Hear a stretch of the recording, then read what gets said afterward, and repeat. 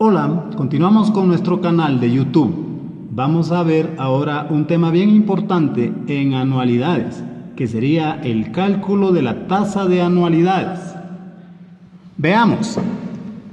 En este caso, lo más importante es que quisiera platicarles que no ha sido fácil para todos los financieros que no tienen un computador o calculadoras financieras para calcular la tasa en anualidades.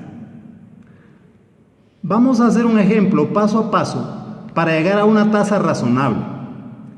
Los procedimientos son de orden nada más, siendo los siguientes. Primero lo que hacemos es analizamos el problema donde nos piden calcular la tasa. Luego escogemos la fórmula base y luego la despejamos hasta donde sea posible, de modo que determinemos un número que se le llama K. Determinamos K, así le denominamos K. Luego hay una fórmula muy sugerida por buenos autores, entre ellos Peter Sima, donde nos da una fórmula pista, una tasa que más o menos se aproxime a la que debemos de determinar. Como cuarto paso, estaríamos haciendo la fórmula pista siempre asume anualidades simples. Una anualidad simple es aquella cuando las capitalizaciones de intereses en el año son iguales que los periodos de pago en el año, ¿sí? Y entonces, por eso es que en este caso 4 dice, la fórmula pista, o sea, la tasa asume anualidades simples, por eso es que la tasa que sale en este cálculo anterior hay que corregirla conforme el número de pagos o rentas durante el año. Estamos hablando de anualidades y esta palabra pagos o rentas siempre es útil en cualquier libro de matemáticas financieras. Como quinto paso, nosotros tenemos que ver que la tasa que salga de la fórmula pista hay que utilizarla y hacemos tanteos. Determinamos un porcentaje y si este no nos da, le sumamos un porcentaje adicional de un punto porcentual o de otro punto porcentual que de la tasa que nos dio, y eso nos permite hacer pruebas para ver si uno llega al número razonable, que sería llegar al número K. Luego tenemos como sexto paso donde dice procurar que los tanteos con base en porcentajes den números que dejen en medio acá. Es decir, necesitamos números que nos permitan uno arriba y uno abajo, y en medio debería de estar K. Luego vemos como séptimo lugar, como dicha tasa resultante es de una anualidad simple, estamos hablando que una anualidad simple, que es la que mayoría de financieros les gusta, donde las capitalizaciones de intereses en el año son iguales que la periodicidad de pagos de rentas en el año, pero eso no siempre va a ser así. De repente la tasa solicitada no fuese una anualidad simple, sino de fórmula general, es decir, cuando M no es igual a P. Entonces ahí caemos a un papel de realizar el tema que aprendimos en clase, que se llama realizar las tasas equivalentes para arribar a la respuesta. Y por último, si usted quiere, debe de hacer la prueba para ver si esa tasa que determinó es correcta. Yo sé que está un poco difícil entender todos estos pasos, pero cuando uno estudiante de las matemáticas de finanzas puede hacerlo a través de los números, creo que es mejor entenderlo por números. Encontramos aquí un ejemplo donde aparece el cálculo de la tasa. Esa es la gran incógnita y vamos a leer el problema para entenderlo. Dice, se adquirió un apartamento en la zona 14 de la ciudad capital en $100,000. La cuota, vean, mensual a pagar en un plazo de 5 años. El plazo es de 5 años. Y esa cuota que hay que pagar es de $2,392.50. Y la pregunta es, ¿cuál fue la tasa de interés capitalizable semestralmente que aplicó la entidad que dio el financiamiento? Veamos, aquí nosotros vemos que no cuadra la mensualidad versus la capitalización semestral. Es un caso de una anualidad de fórmula general, como dicen los buenos libros, que dedican un apartado suficiente para este tipo de problemas en anualidades. Procedamos a la solución del problema. Primero, el paso número 1 sería analizarlo. Nos dice que tenemos que se sacó o que se financió o que se adquirió la vivienda o el apartamento, perdón, en 100 miles de quetzales. ¿Sí? ¿sí? Muy bien. Y que en este eje del tiempo que tenemos aquí de 5 años, ¿sí? Las anualidades se van a ir pagando periódicamente de 2.3 miles de quetzales, ¿de acuerdo? Y hasta aquí llega a los 5 años. Al pagar la última renta de 2.3 miles de quetzales, extinguimos todo el saldo de la deuda.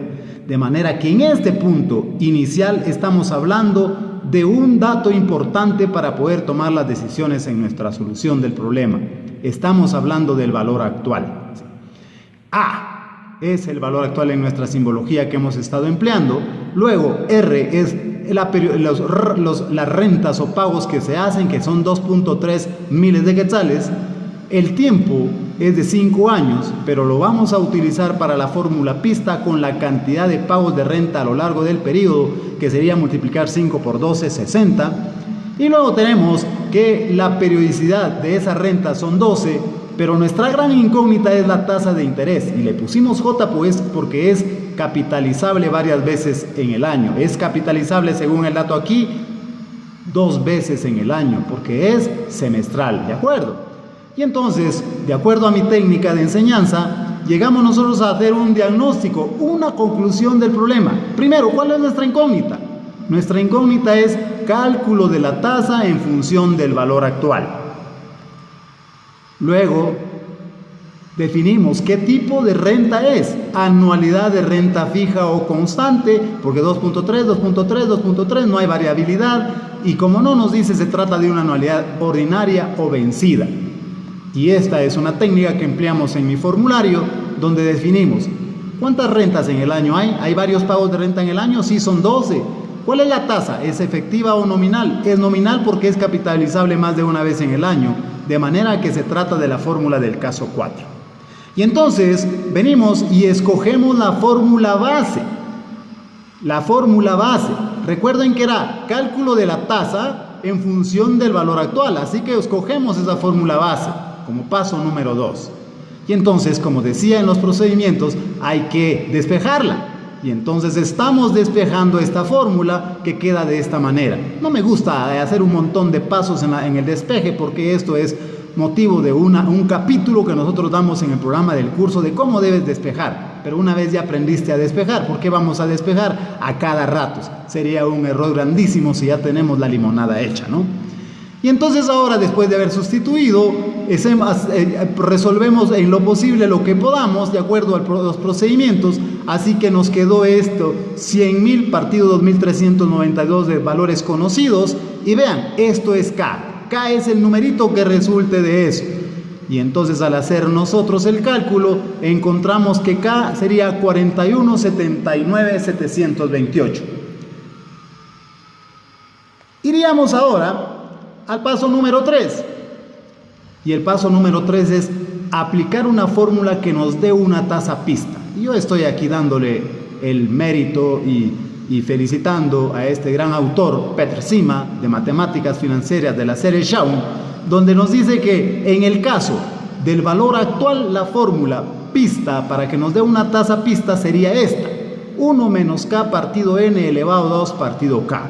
Pero esta fórmula no es general. También, si fuera cuando es en función del monto, sería al revés, o sea, Kn a la 2 partido K menos 1 aquí, o sea, invertir esto, K primero y luego menos 1, pero ahorita estamos hablando del valor actual, de manera que esta sería la fórmula. Sustituimos esos valores de la fórmula. Este 1 es constante, 41.728 es el que nos dio, N dijimos que era 60 en los datos que están acá, podemos verlos nuevamente. Acá tenemos nosotros los 60, ¿sí? Y entonces ese 60 lo estamos sustituyendo